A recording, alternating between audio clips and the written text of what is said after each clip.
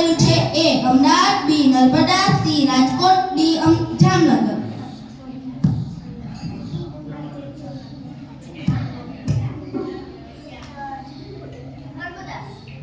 સાચો જવાબ છે નર્મદા. પ્રશ્ન ત્રણ, તમારા પાઠ્યપુસ્તકને કેટલા ગુણ આપેલ હોય છે? એ 4, બી 3, સી 8, ડી 10. સાચો જવાબ છે 8. પ્રશ્ન 4, ખેતીમાં રવિ પાક કઈ ઋતુમાં લેવાય છે?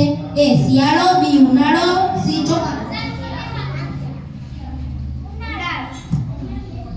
સાચો જવાબ છે શિયાળો. પ્રશ્ન 5, ભારતના